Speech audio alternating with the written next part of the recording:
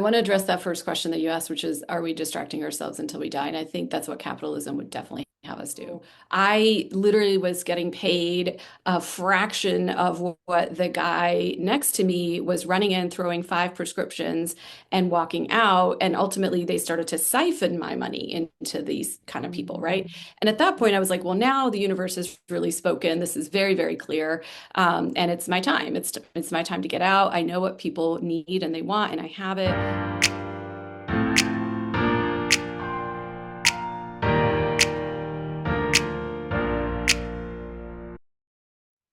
Hello, everyone. Welcome back to the channel, or welcome to the channel if you're new here. I am so thrilled to have with us today Dr. Rashmi Shriram. She is so many things, but she's a person who helps high achieving women tap into their inner power and peace so that they can live more energetic and fulfilling lives. She's also a family medicine physician, a meditation teacher, and a certified coach. And when I asked what we could talk about today, she said something that's been on my mind, in my heart, and in my soul, which is, what is this all about? And by this, we mean life.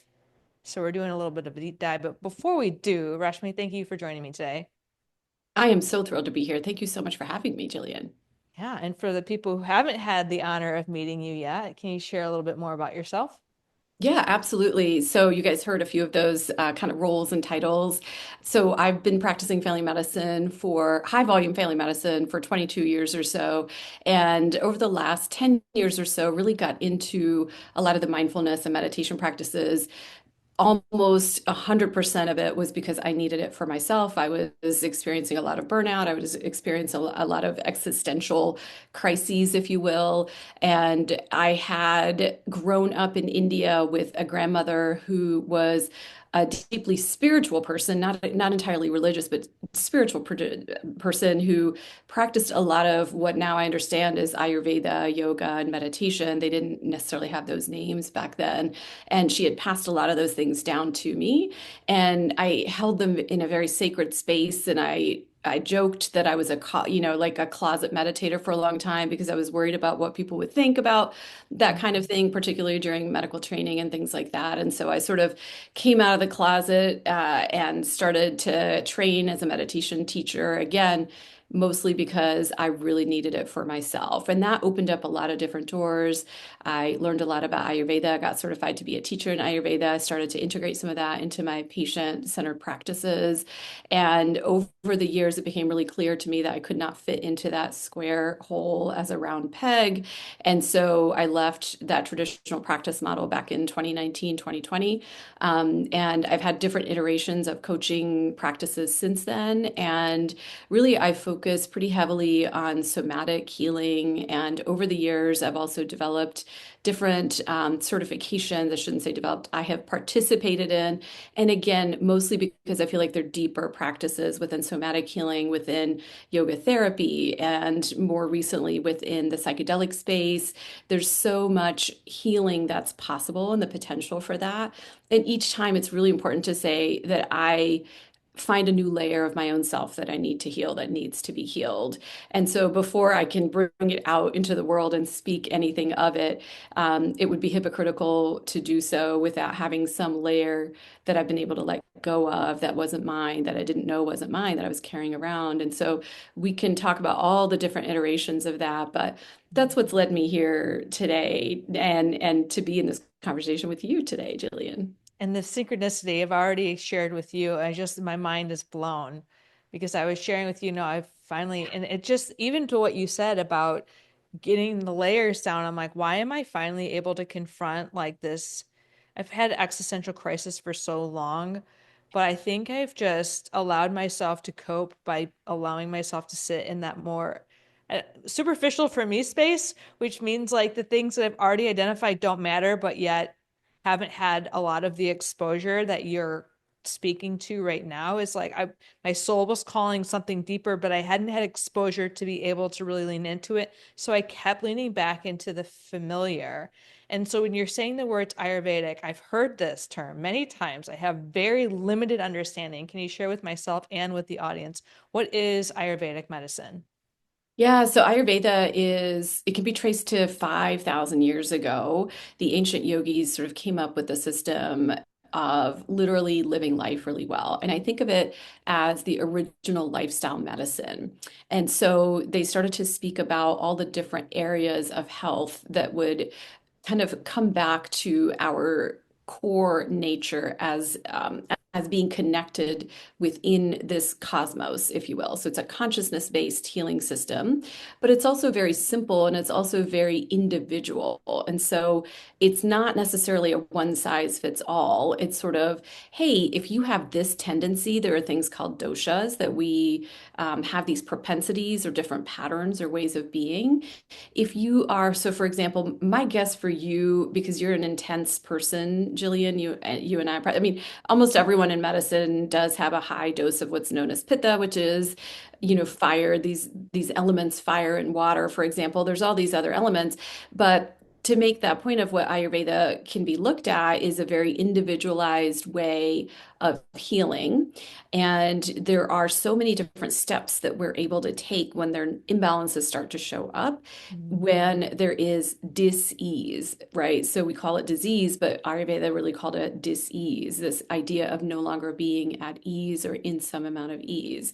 And so there are specific practices with nutrition, and there was a huge, huge emphasis on gut health. And now we're understanding that the gut is our second brain. And Mhm. so a lot of science is actually catching up to what Ayurvedic practitioners understood and taught all these different thousands of years ago. And of course, thousands of years ago, it's evolved over time. And it was, a verbal communication, right? It was, and then over the last few hundred years, it's been written. And one of the things that's really interesting is, so my parents are obviously from India. I'm from India.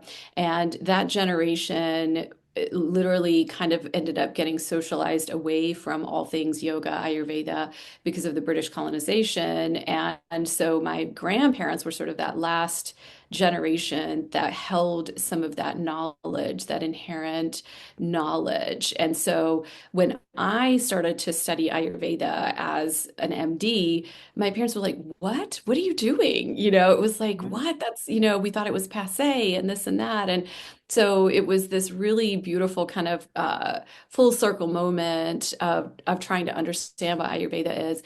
I hope that I'm explaining it well. What Yeah. questions do you I have? mean, I think it's just that exposure because I think with more information, we get more questions.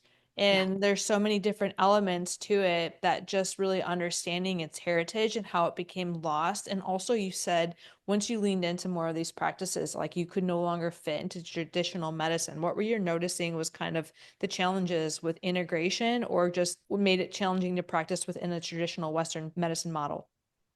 How much time do we have? Multiple. I let a recurring guest right here, right here.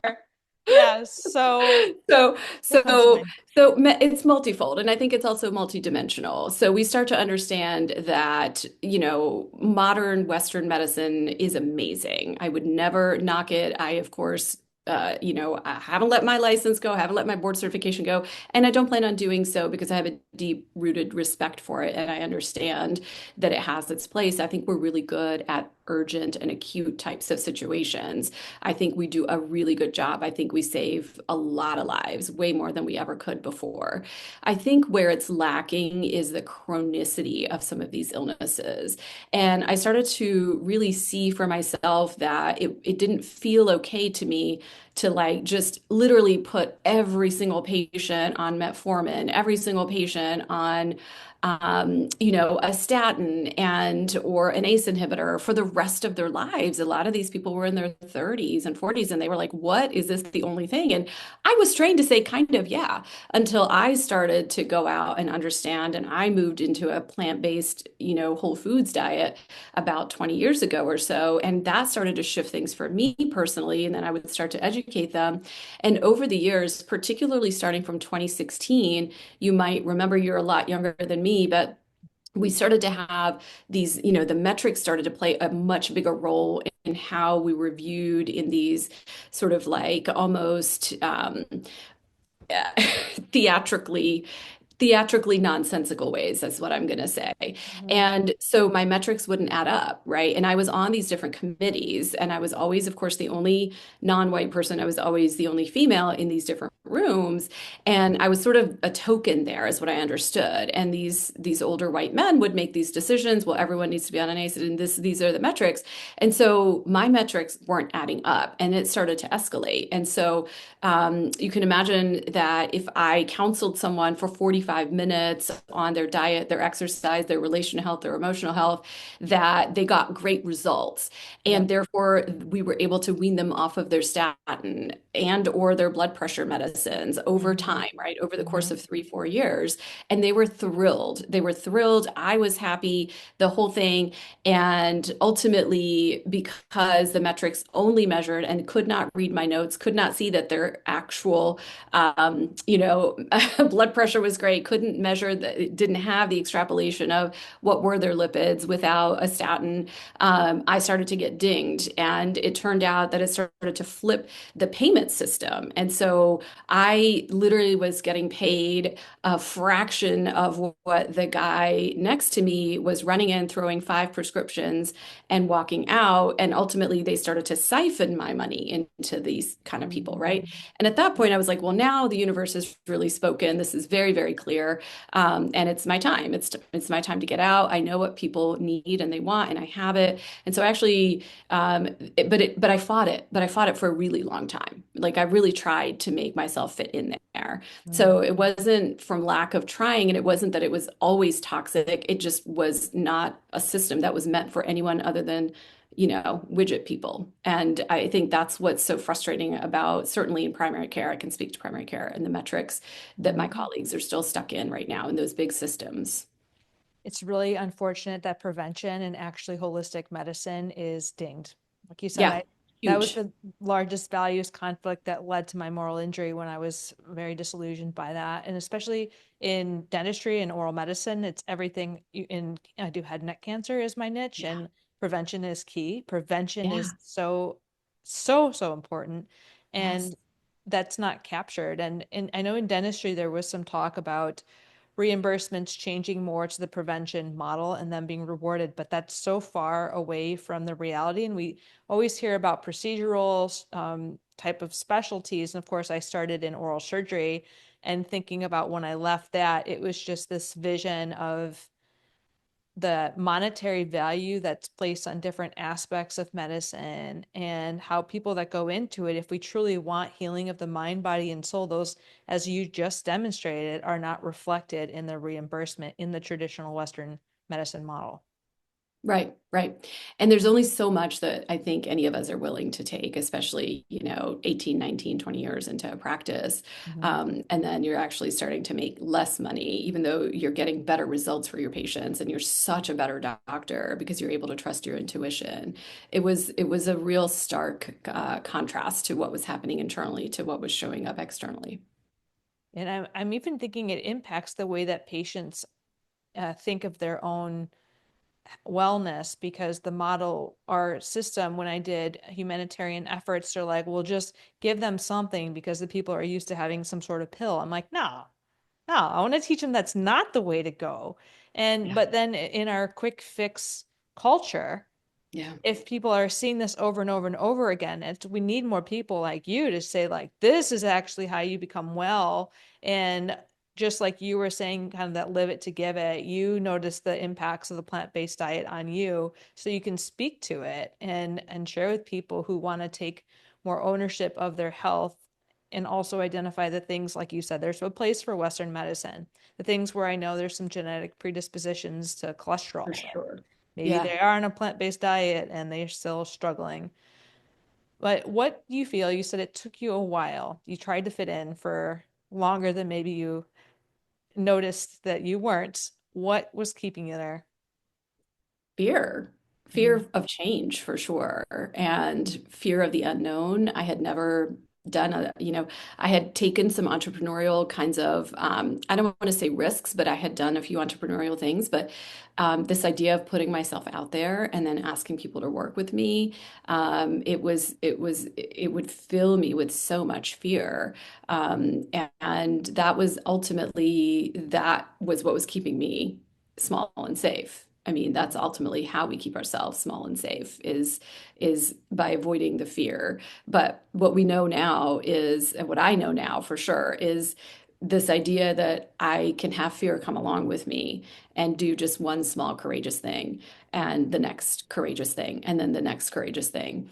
And so I think it is easy to feel like we are stuck because I could have at that time given you 12 different reasons why financially I had to stay. Mhm. But could I get creative financially? What could I let go of? What expense could I let go of?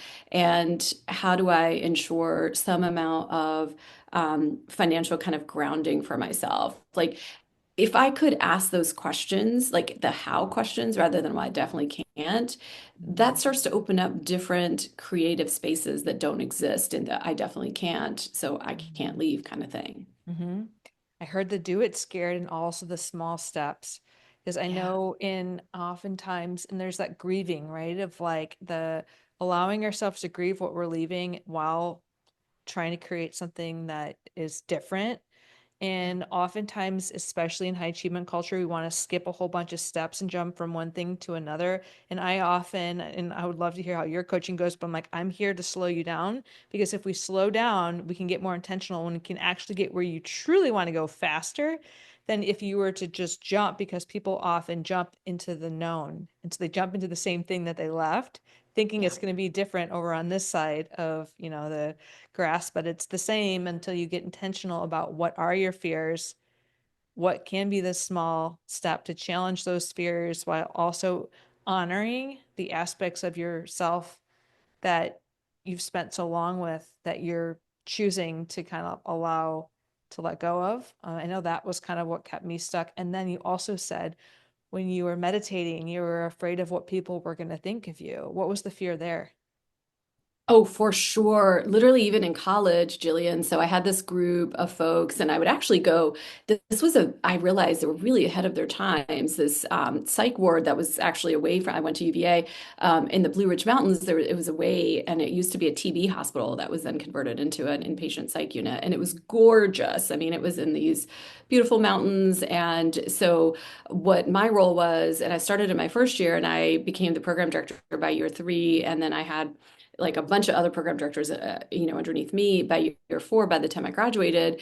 And that's honestly where I kind of got a formal education on meditation because they would have a meditation teacher come in and we would all sit and meditate and then we'd go for a walk in nature. Can you imagine if all psych units did that right now? That would Um, be amazing. And this I was was like in a in, psych unit, so I'm thinking that was what was missing from yeah, ours. We were yeah. locked. I was in a locked psych unit. We barely went outside. We weren't really allowed to move, and we didn't have any meditation teachers come into that unit. Yeah, wouldn't it have really changed everything? And what happened was about 6 months in, it was like, oh, this meditation teacher, he just can't make it, and so one of you guys have to teach, and everybody's looking at me, and I'm like, oh my God, like I don't know what, I just so I kind of repeated what he had done, and felt really good, and then I started to get into kind of more formal meditation spaces that were at UVA at the time. Now they have a contemplative Mhm. center there now. And so it was sort of by accident, but then I realized that it was giving me access to so much peace and so much connection to myself. But I really never talked about it with anyone because I was like, oh, people are going to think I'm woo. They're going to think, I'm going to med school. I can't be talking about this stuff. This feels like a weakness.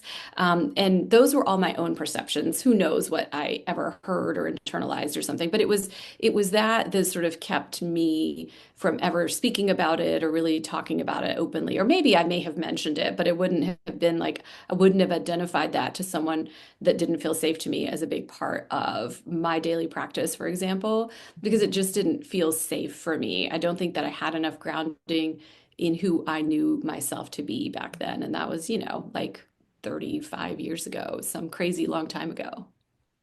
it is interesting too about that fear that you captured, the fear of other people's opinions, and you captured quite well. Like that's an intrapersonal experience of what we're, because in that projection and then getting that self-trust and more groundedness in who you are, then that fear, like even if it's there, the threat is less because you can be grounded in your own inner knowing. And Yeah. and just even thinking about the question of what we originally said, what can we talk about today is what is the, like what is this even? Like what is this? And I often find that I've always been called weird, eccentric, and misunderstood. And so I have filtered what I say. And so even in private conversations, like I want to be talking about, you said existential crisis. I'm like, I'm always in an existential crisis. I feel like I'm on the wrong planet. And so I've recently found a whole lot of people that felt like they've been on the wrong planet their whole lives. As we lean into it, I'm like, why do I have trouble? I mean, I can't talk about the weather. I can't talk about sports. I struggle when I'm just observing, and always every single day, I'm like, what's the point?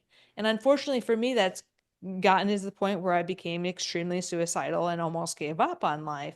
And then I realized, well, actually, the what's the point now has led me more onto that spiritual path. And I love that the things that I've been following you along, and I'm just so impressed by how much you do that inner work. You're on this exploration, and it's given me that sense of peace and allowed me to release some of the shame that was blocking me for my own self.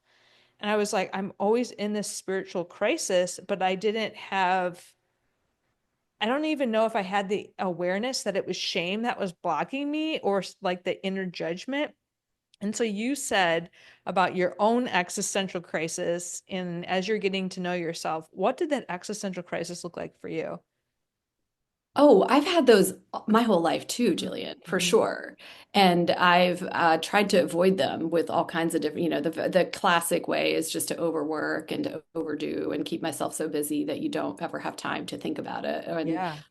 And then that question will literally keep popping up and get louder. It's like, is this all there is? Is this all there is? Like everything looks great on the outside. Is this all there is?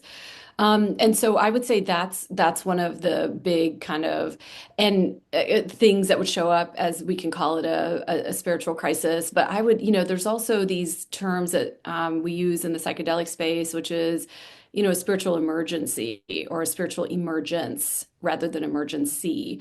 And a lot of it is the ego sort of, or our different parts trying to protect us from sort of this very vulnerable space of being fully exposed and living in that true self space because that Mhm. can feel very vulnerable. It's so open-hearted. And Mhm. so I think in increments, without necessarily understanding that's what I was doing, I would allow myself to tap into like what I now call like the divine feminine qualities, which is really like intuition is one of those, right? And logic and intellect are very important in our lives, and I use them and you use them. But it's a very masculine quality. We all have feminine and masculine qualities. And so it was just even just in practicing medicine, in making decisions, just like allowing myself to lean into my intuition without taking any risks or anything like that. And then ultimately, that I felt like was a practice, and I still feel like it's a practice because anxiety can sometimes act like it's intuition. And so trying to understand the difference between like, anxiety and intuition. So I feel like it's been a really gradual thing, but also at different times it will just blow right open. And like there's a knowingness, not a belief, but like a knowingness and like, oh, well, this is why we're here. Like this is it. This Mhm. is to have a moment like that. That was why I was on this earth and, in this physical plane in this time and space.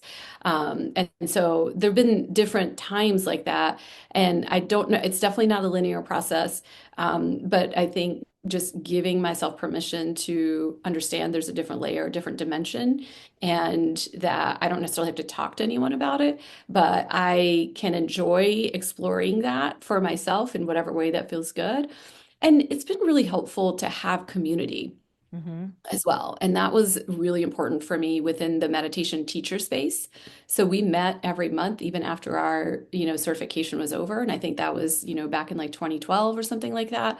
So some of those folks are still some of my, sort of most treasured friends, because they also had the same questions and they didn't know where I came from. I didn't know where they came from. And so I think it's community and then a little bit of allowing and some trust, self-trust. When you are differentiating between anxiety and intuition, how can you tell which is which? So I'm still trying to figure it out because, I have two college age kids and they drive around all hours of the day and night. And for no good reason, they still allow me to track them. And I Mm, shouldn't be tracking them because they're 20 and 18. They're very amazing adults who have a good head on their shoulders. But every now and then my anxiety will pop up and it'll be like a Saturday at like midnight. I'm like, just look and see where they are.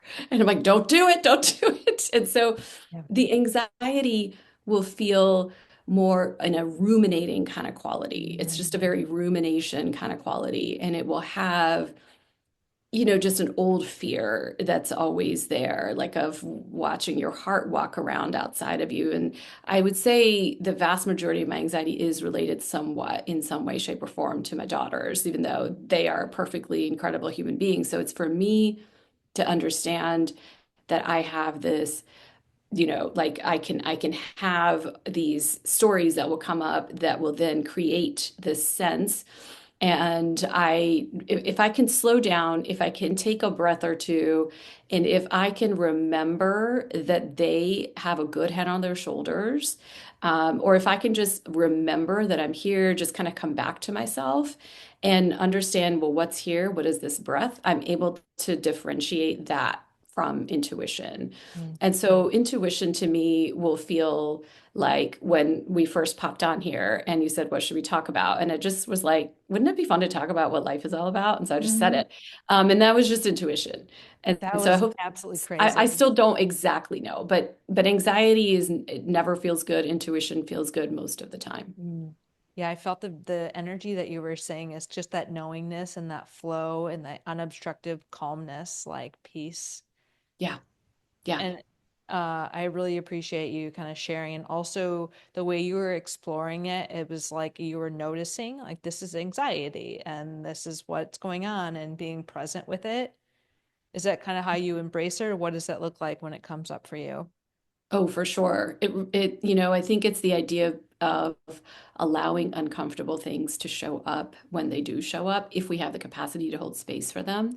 Because ultimately, all of those things, whether it's like envy or anger or, whatever it is that's arising that we don't want to feel, it's just a messenger. And so over the years, and it doesn't take that long to allow it to come through and give us a message. And I usually thank it, and I sometimes I have to sit in it for quite some time, especially if I feel like my boundaries have been crossed because I didn't communicate them or I didn't maintain them. And it just happened a couple days ago, or a couple nights ago, and I was just like, okay, like I'm gonna need to breathe through this. Let's put the phone away from the texting thing. This isn't gonna make any sense right now. We're gonna need to breathe through it and we're gonna need to make sense of it in the morning. But ultimately, every time I feel like that is because it's a boundary. It's a boundary violation, and I haven't communicated it. And so that's where we're at. I can totally relate to that. And Yeah. then even the formulation of, I just read the book Crucial Conversations, and they define crucial conversations as being like highly emotional, there's a disagreement, and it's high stakes. Oof. And in order to navigate that, to get into your heart space first, and then ask, what do I want? What is in the best interest of the other person? And then what's in the best interest of the relationship? Yeah. And in order to have those conversations, there need to be a sense of safety. So if we're hijacked by our emotions or feeling like, especially anger or escalation, like Yeah. before anyone can have some rational conversation, we need everyone's nervous system to feel safe. Yeah. Okay, so anytime that my boundaries, because that boundaries, I'm like, oh, so emotionally charged, and sometimes I resent myself for not communicating Oh it, yeah. Yeah. or like, Yeah. how do I communicate it? Or if I communicate it and that triggered the other person, especially the people who don't like to be controlled and the boundaries aren't meant to control them, but they don't like to be, Sure. placed in a position where they're told they can't do what they want to do, which has been a feature of my own observation, is that personality that's controlling and domineering and uses their prowess and their like emotionally charged state to control people. I've now identified like that's when I cower down and show up in a way that doesn't feel aligned. It feels like I'm being oppressed. And that awareness has been very intriguing to me now because I need to create space in that boundary, but that person doesn't like the boundary.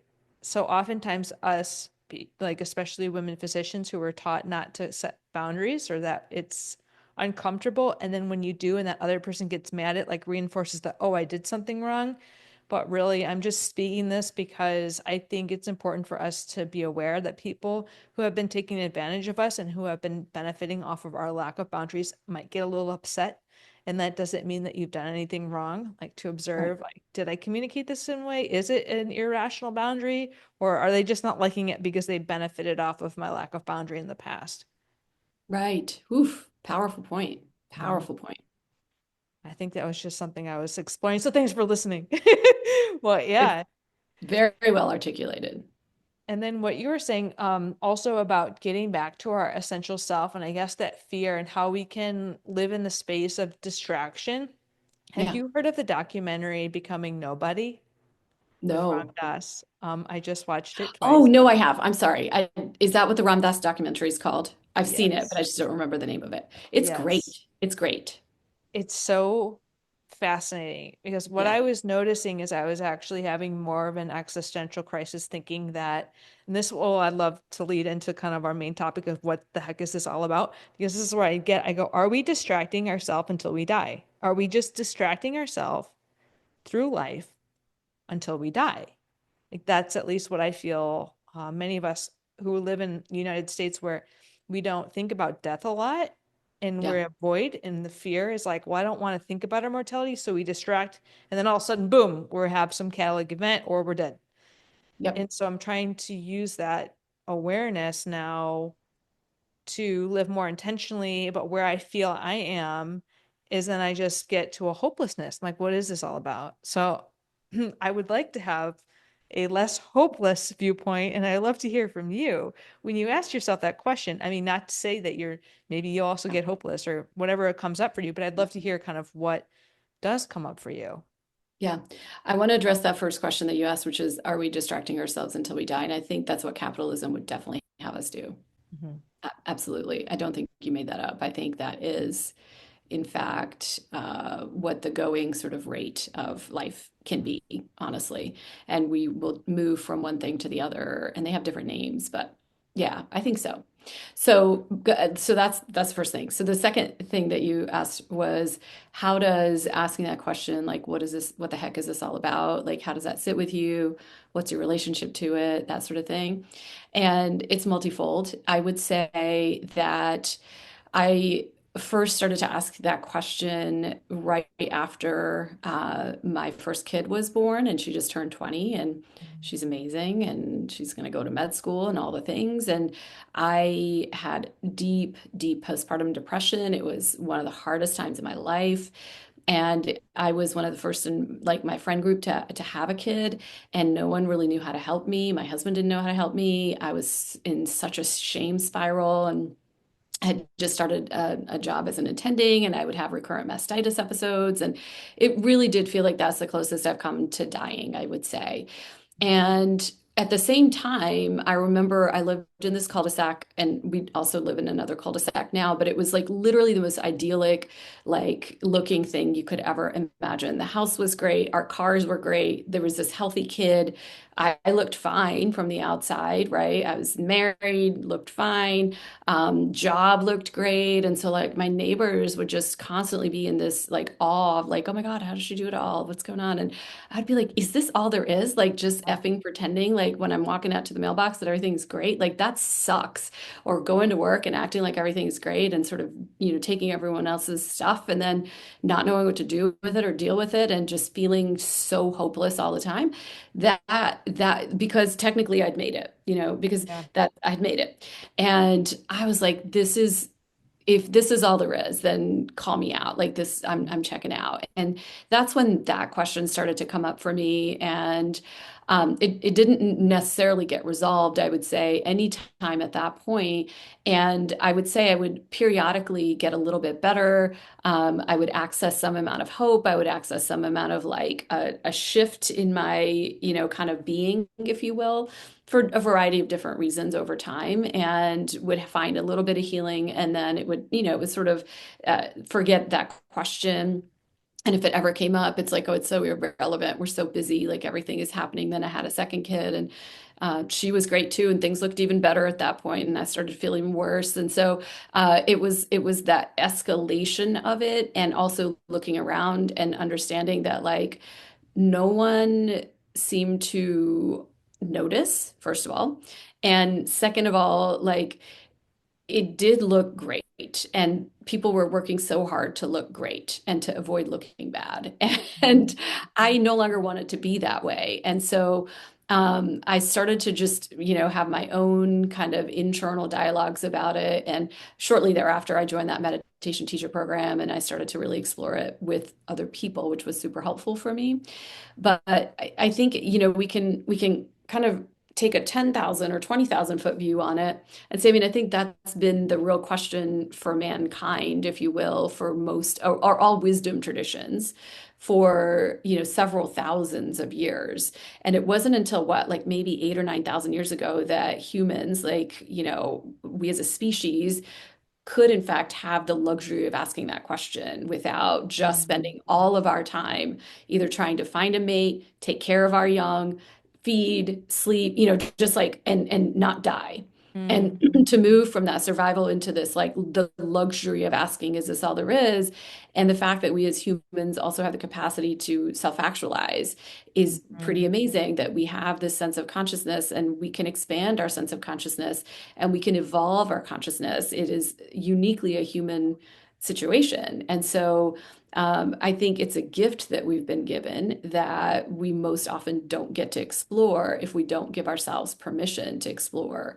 And oftentimes, when that question comes up, there will be like a substance abuse or, kind of what was happening with you, because mm. it's so uncomfortable and there's not necessarily an answer, or the answer is actually none of this matters. Yeah. Like your medical Mhm. school education doesn't matter, even though you put Yep. your whole heart and life into it. You practicing medicine doesn't matter. I mean, at the end of the day, it of course matters in some degree, but it's completely untethered from all of it.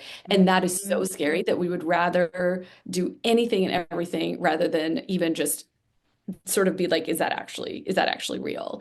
Yep. And so I think there were different iterations of it. And I think more recently for me, it's really just been able to get a little bit deeper into those. And I host some retreats, and those are the questions that come up. I host in-person retreats, Yeah. and we talk about, what is this all about? That's one of the main things that we talk about. And we can get more into it, but yoga kind of has almost like a formula for actually this self-actualization or self-realization, which is even higher than self-actualization.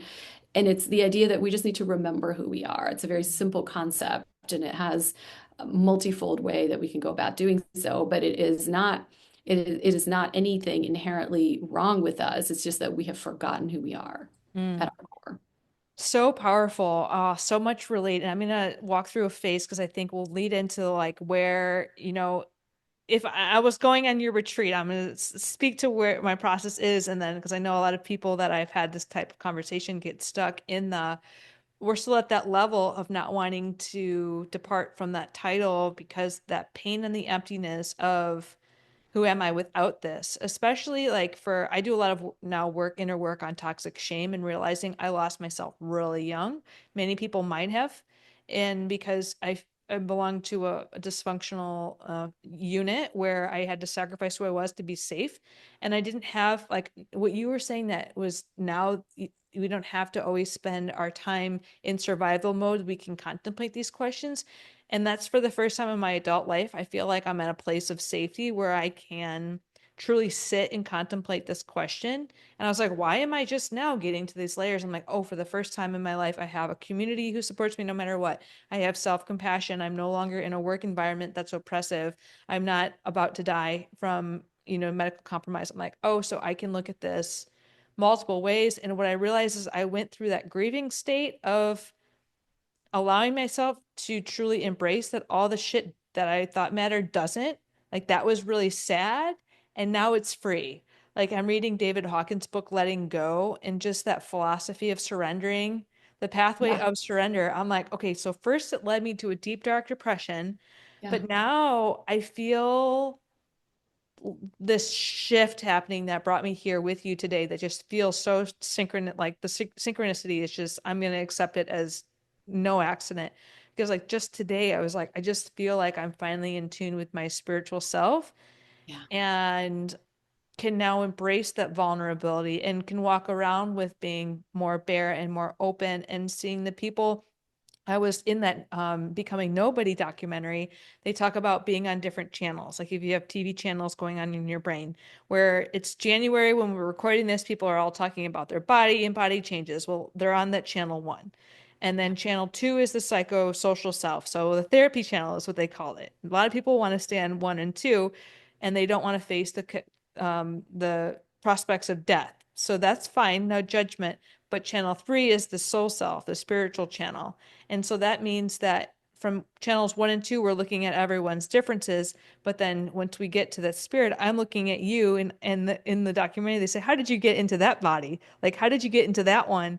And seeing the connectedness, this interconnectedness, this shared perspective of being spirits or souls living in this human experience. And I love that because now each person, whenever we meet them, it's just something I always like to hear people's stories. So I'm like, I wonder what their life is like. And to be a soul, I've observed that change now as I'm just seeing everybody as this soul living in this body and curious where have they lived before? What have they done before? And whether reincarnation's real or not, or what people are accept for me, I'm just exploring that. And I have a lightness that's like feels so different than the apathy I developed when I first thought none of this shit matters. Yeah. None of it does matter, and that's great. Mhm. That's what's so great. Isn't that interesting? Okay, so now thinking about the retreat, at Yeah. what time points are people would they most benefit from coming there and what does it look like? Well, first of all, it's just a reprieve from everyday hustle and bustle. It's not a girlfriend's, kind of reunion type of thing. So it's very structured. We have a lot of somatic releases that are in those retreats. So we'll do some dancing, we'll do singing, we'll do drumming. And so there's a lot of somatic releases. We, of course, do yoga, we do yoga nidra. And so it's a full-on integration, but at the kind of like midway point of every day, we'll also do coaching as well so we can integrate it.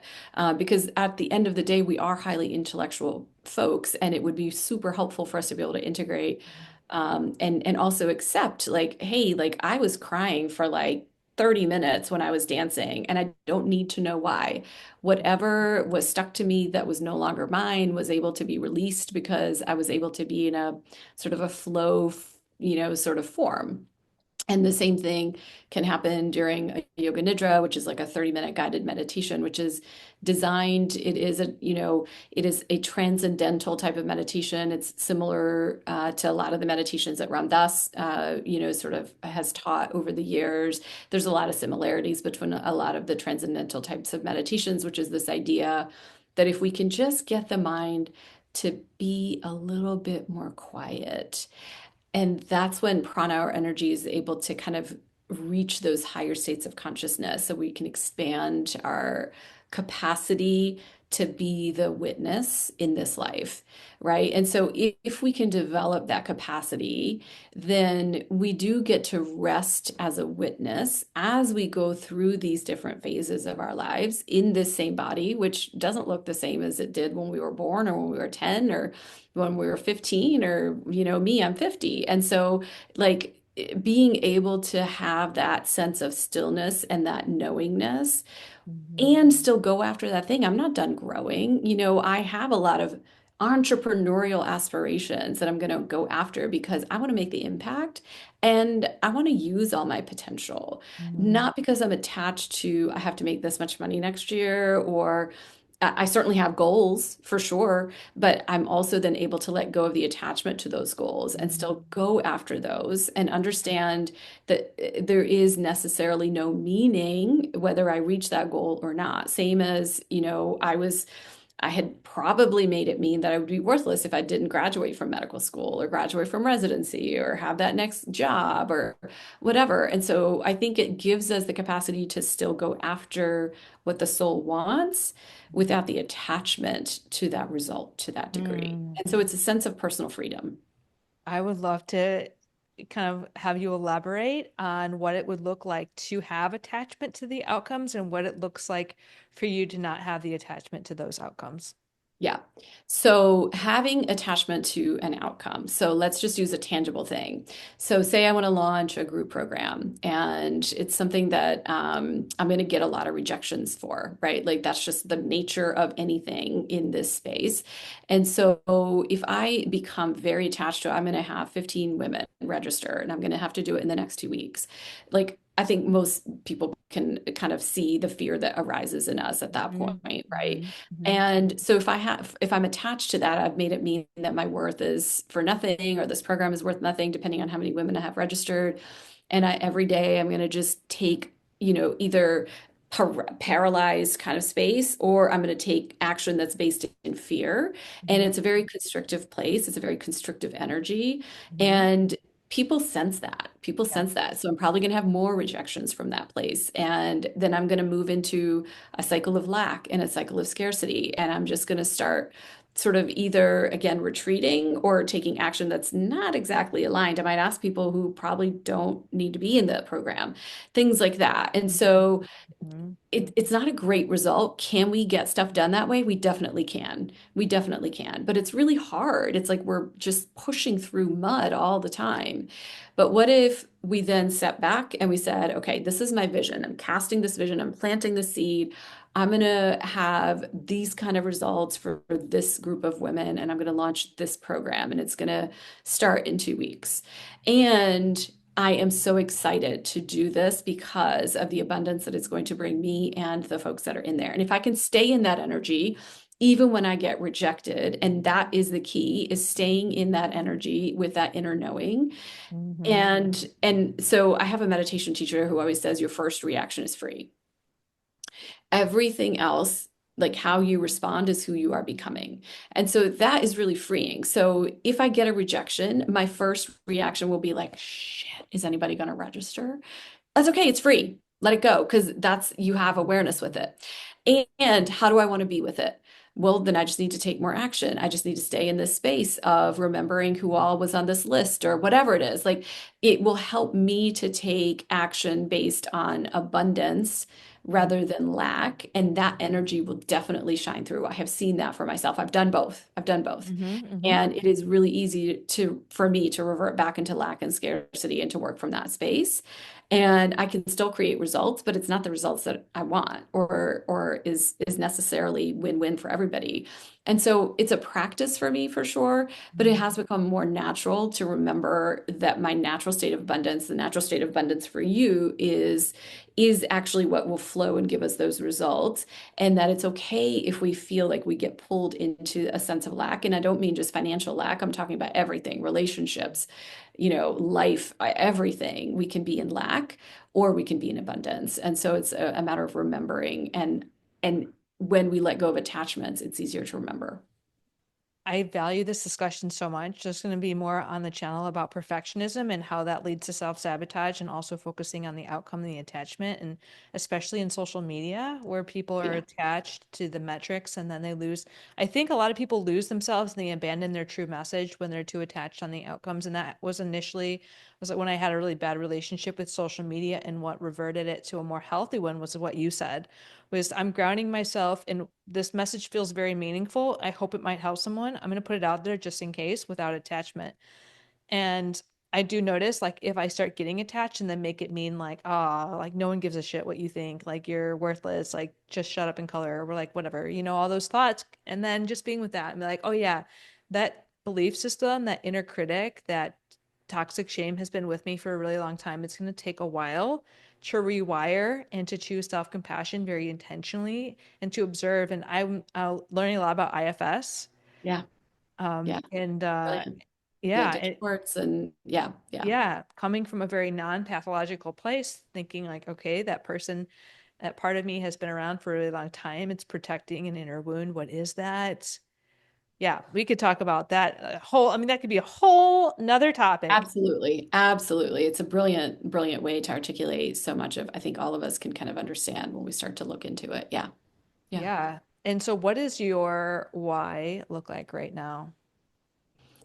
What does my why look like right now? So it's really interesting as a question because I do ask myself that a lot because a lot of the whys have fallen away. So this year I turned 50, I became an empty nester, and I have some sense of financial stability based on a lot of decisions that we made 20 years ago, like 15 years ago, like certain investments that we were able to make. And so it's how do I want to serve is really the why that I keep asking myself, and it is pivoting. And so for me, the why is still, I can go back to like Hafez, the Sufi poet, and he said, really, if you were to distill all of your desires, it would be distilled into two things, and it would be to be happy and to love more. Mm.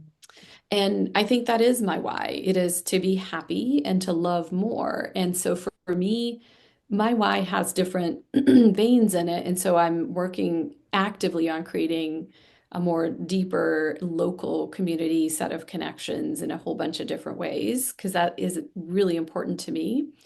And I'm also giving myself permission to explore kind of the psychedelic space, what that looks like as a way as a facilitator. And the why there is when other people become the witness, when other people have the capacity to let go of what's not theirs and they heal, there's a ripple effect. And so I think I'm just curious about the ripple effect that all of this work can cause. And I'm just getting started, I feel like. Do you think that question's the same or different than asking ourselves, what is this life all about? The why versus, yeah, I think your why will change. It will always, like, don't you think your why has changed even like month to month, day to day? Your Day to why day, kind minute of to change. minute. Yeah, Yeah, I maybe. mean, your value systems won't change, but your why will change. I Uh, think the values can, I think the values do change. The do. values, I think the values in terms of priorities, moral values, not. But what are your thoughts about that? Because it That's sounds like there might be some different thoughts there. that's true. That's true.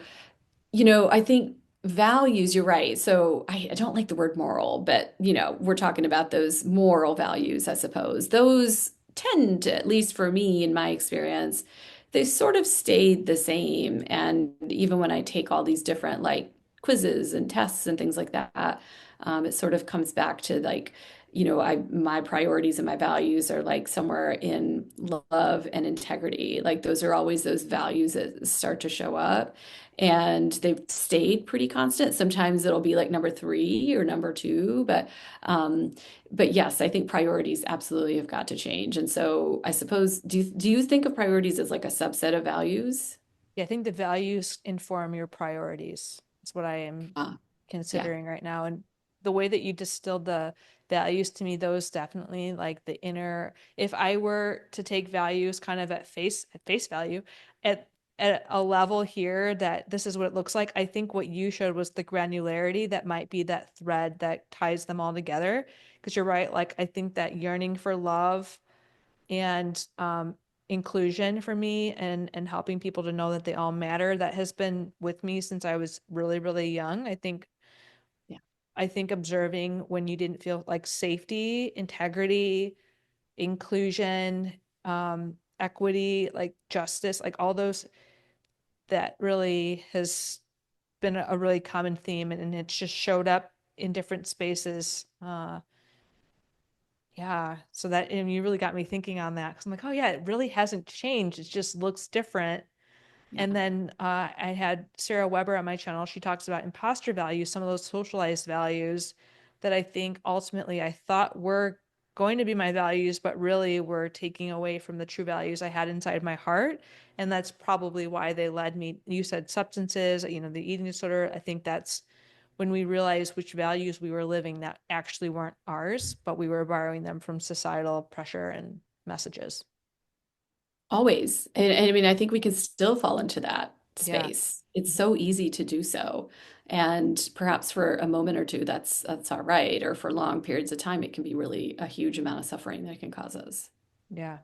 I think the benefit often is because we do need to be in community. Like there are aspects in our life where sometimes adopting those values is a survival mechanism. And then when we're safe to let them go and to really assess where we're at with those, it's like, okay, that all makes sense. And I really, value kind of your approach that's been shining through here is really this observation, compassion, curiosity, non-judgment sort of lens. Yeah, for sure. And it's so interesting to watch my young adult kids sort of try to navigate these questions in their own ways because, we'll certainly in the holidays, there's larger gatherings and things like that. And they start to notice the discomfort that comes when like all these are really cool. What are you studying? What do you want to be?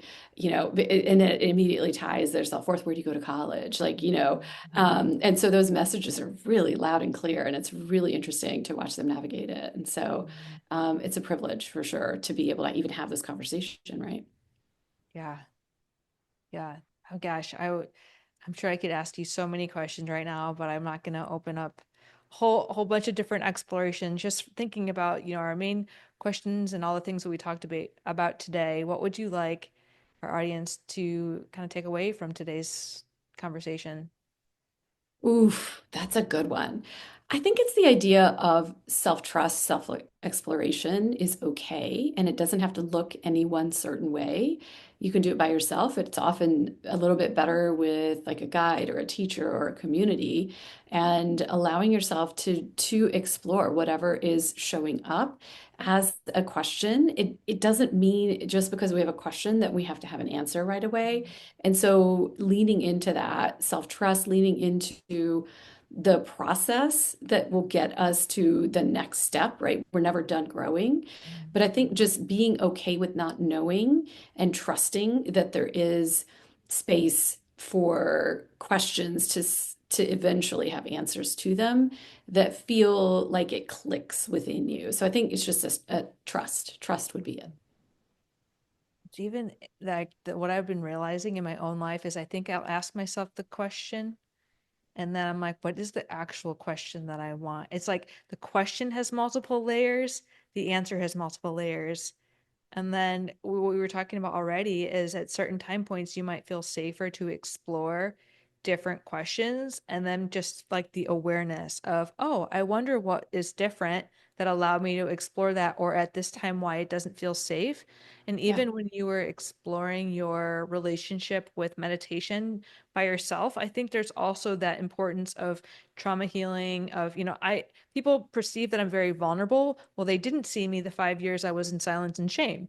I didn't come out with topics that I wasn't ready to share on yeah. because I would have been too vulnerable for the impacts of people's judgment. So I always want to offer people to meet themselves just like you have. Just a reiteration of what your message was there is like meet yourself where you're at.